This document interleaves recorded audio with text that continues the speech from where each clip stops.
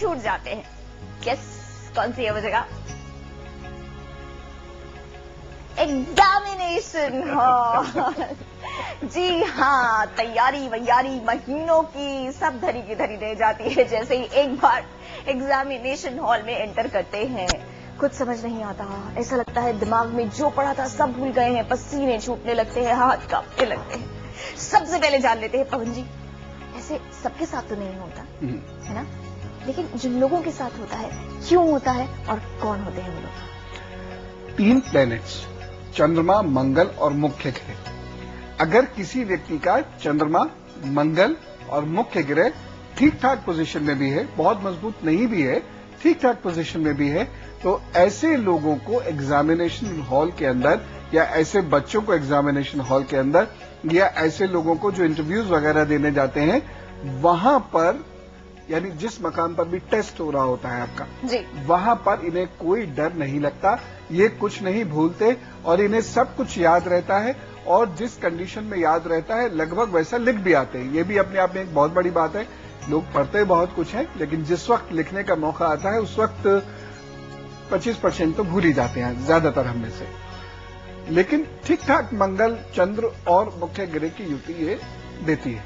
परंतु चंद्रमा, मंगल या मुख्य ग्रह में से कोई भी एक यदि ज्यादा कमजोर हो जाए, और अगर तीनों हो जाए तो बहुत ही गड़बड़ है, लेकिन कोई एक भी अगर ज्यादा कमजोर हो जाए तो आत्मविश्वास बिल्कुल एक डोरी पर टिका हुआ रहता है, जो कभी भी डोल सकता है, इधर उधर गिर सकता है। तो इसीलिए किसी भी व्यक्ति को कुछ साधारण से उपाय हमेशा करते रहने चाहिए, जिससे उनका मुख्य ग्रह, उनका चंद्रमा और उनका मंगल ये मजबूत रहे, जिससे कि वो एग्जामिनेशन हॉल के अंदर अच्छा परफॉर्मेंस दे सकें, जो कुछ भी उनको याद है उसे भली भांति वो लिख सकें। क्या बस डर को कैसे भगाया जाए ये जानते हैं पवन जी।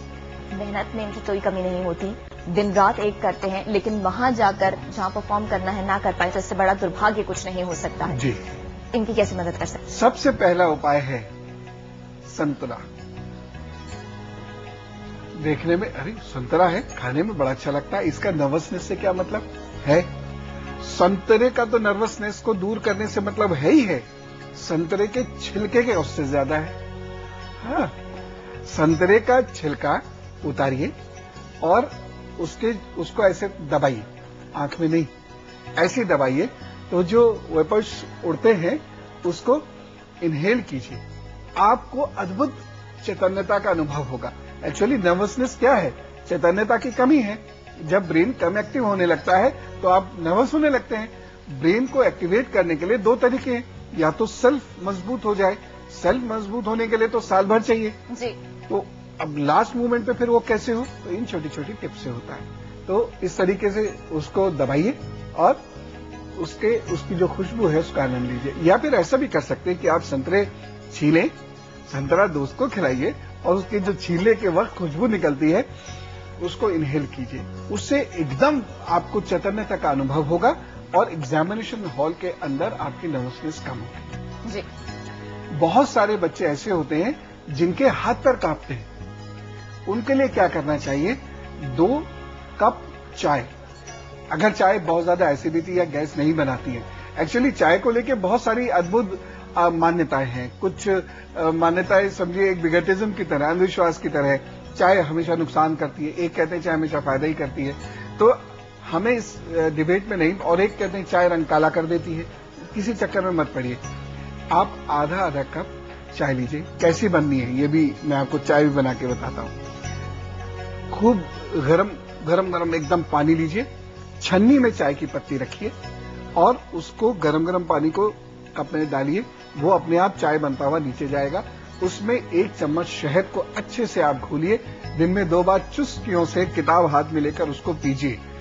ये वो लोग भी कर सकते हैं जिनको अक्सर ट्रिमर्स आते हैं हाथ पैर, या जैसे नर्वस होते हैं तो हाथ पैर कांपने लगते हैं, लड़खड़ाहट सी होने लगती है, वो लोग भी इसे करें। नियमित रूप से लंबे समय तक इसको करने से हाथ पैरों का कंपन और शरीर का नर्वसनेस और यहां से जो सब तरफ से पसीने की फुहारें निकल पड़ती है वो धीरे धीरे कम होती चली जाएंगी। जी।